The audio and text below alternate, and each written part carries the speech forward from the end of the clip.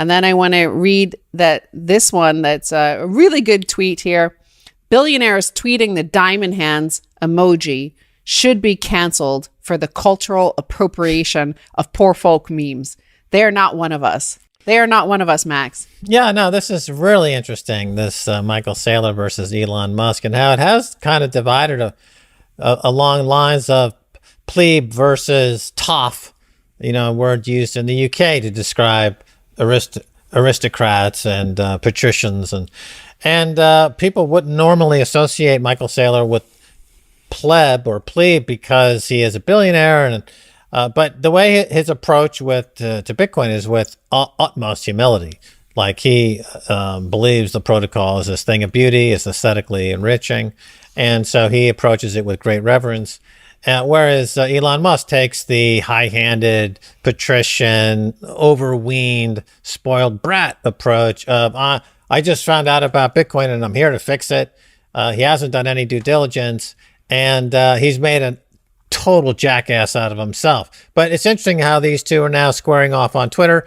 You got Elon Musk will say some cryptic tweet really revealing his total ignorance on the subject. And then Michael Saylor will respond with 10 data points that just shoot everything down. And everyone is now kind of divided in the community. The Jameson Lobb quote really resonates deeply for a number of reasons, because it sets up this whole new way of thinking in a big way. If you're a fiat billionaire or you're tied to fiat, you spend a lot of time and energy maintaining that wealth. When I was working on Wall Street for many years, there's a saying that it's just as hard to maintain your wealth as it is to make your wealth. And that's true, because once you achieve a certain amount of wealth, you've got all these taxes to consider and all these different there's a lot that comes with it. Managing wealth is actually a fairly complicated and stressful environment, similar to just trying to make that wealth. But with Bitcoin, as Jameson Lobb's pointing out here, you're doing nothing except just being patient and watching the world flame apart, and your ship is rising. There's not much more to do than that. So it's very, very interesting, this dynamic. Yeah, and it's all playing out online, and this great revolution happening, the great migration to Bitcoin, the hyper Bitcoinization. And there's another thing, this energy FUD is playing out with this, the plebeian versus elite. I guess I like TOF. I like TOF better than patrician or elite or anything like that. I think I like the TOF. TOF, I didn't know the whole full version of this until I was watching Downton Abbey, and the patriarch of the Downton Abbey clan refers to someone else as toffee-nosed. So I believe a toffee-nosed is the full epithet, and shortened to TOF. Plebeian in Wikipedia is defined as this. The plebeians, also called plebs or plebes, were in ancient Rome the general body of free Roman citizens who were not patricians as determined by the census, or in other words, commoners. So, let's look at the elite financial press and then how Elon Musk responded to this, revealing himself, his true nature, as being filled with envy for Elon Musk. And this is Adam Sampson I think he's from the FT. He says, everything Elon Musk ever wanted to know about Bitcoin's growing energy problem, but was afraid to ask. An excellent FT read by Katie Martin FX and Nauman Billy. So this is Bitcoin's growing energy problem. It's a dirty currency. The headline there says, as you can see, all those coal stacks and smokestacks and a Bitcoin over the horizon. But first I want to read a pleb who responded to this, and then I'll get into the Elon Musk. We'll get into the Elon Musk, Michael Saylor thing, because obviously that guy was tweeting at Michael Saylor. But Midnight Hodl says this one line, he's referring to a line from the article, sums it up.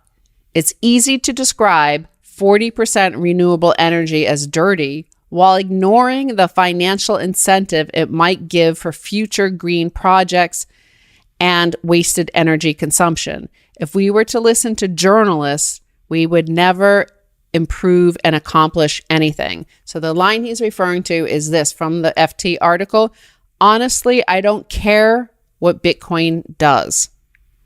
I care that it is hugely energy intensive and that there are maybe better ways to go about Bitcoin mining than this very inefficient, very energy intensive process, they quote. I don't care what Bitcoin does.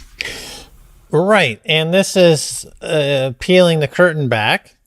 And the writer is admitting that they're writing propaganda. Yeah. Right? They don't care the facts. They don't care the context. But they've been given a job from the editor to write a propaganda piece, a smear piece. And this is what it is. I don't care that I'm writing propaganda, but it's my job and I'm writing propaganda. It's also the toffs don't care about the plebes or the plebs, the deplorables, the basket of deplorables. They don't care what you think. They don't care that that your individual sovereignty, all the good things that Bitcoin brings to you, but they actually do care. I think they do care. And that's in the next tweet from the same guy, Midnight Hodl.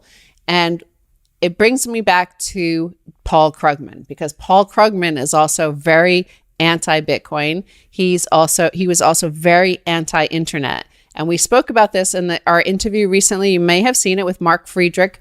And we talked about Paul Krugman and his role as a gatekeeper to the elite and his role as kind of a toady, a jester to the elite. So Midnight Hodl points out that if we were to listen to you, there even wouldn't be an internet, one of the most disruptive and liberating technologies. Perhaps you should spend some more time actually doing something to improve our lives and planet we live on. And he's referring to that article from May 31st, 1999, dig more coal, the PCs are coming. So they said the same thing in the 1999 when the elite, when the patricians, when the toffs, whenever you want to call them, they realized that this power of the internet and connecting humans all across the earth could leverage the power of the plebeians, the plebs, the plebes against the elite. Right. And, why is also... you've got Musk is associated with the aristocratic classes because almost his entirety of his fortune's tied to government-issued carbon credits. So he's tied in with the government closely. He's not doing stuff that would be completely independent of the government. He's actually a government apparatchik, right? So he exists entirely on carbon credits. So I think he's got the tap on the shoulder, and he's been tasked with trying to go after Bitcoin. You got Janet Yellen, you've got Jay Powell, you've got central bankers, you've got the IMF, you've got Christine Lagarde. You've got a lot of folks that are attacking Bitcoin now because then they of course understand it's a threat to them. And I think that Elon Musk got the tap on the shoulder as well. I think that was the NBC Saturday Night Live performance as part of that, to essentially create a mythological creature that can be used as propaganda, and he's being used as a propaganda tool. But the fact that Paul Krugman has been wrong for so many years, and he's also the house monkey over there at the New York Times who's been pushing propaganda for years and years. Nothing he says makes any economic sense. But this energy FUD is so absurd. There's absolutely nothing within it that makes any sense whatsoever. It's easily dispelled. The fact is also that Michael Saylor said something in an interview where, when asked about this, he was talking about why anyone would disparage the energy usage of Bitcoin, which is 1/10 of 1% of global energy usage, 1/10 of 1% of global energy usage. Why anyone would disparage this and ignore the fact that it's guaranteeing for billions of people private property rights and access to a store of value and a medium of exchange is really heinous and atrocious and a violation of human rights. He makes that point. So Elon has to ask himself, does he really want to be on the side of those who are attacking human rights around the world? which he, at the moment, that's what he's done. And it is quite a heinous act on his part to throw 5 billion people, under the bus effectively and give them a big fuck you. It's despicable that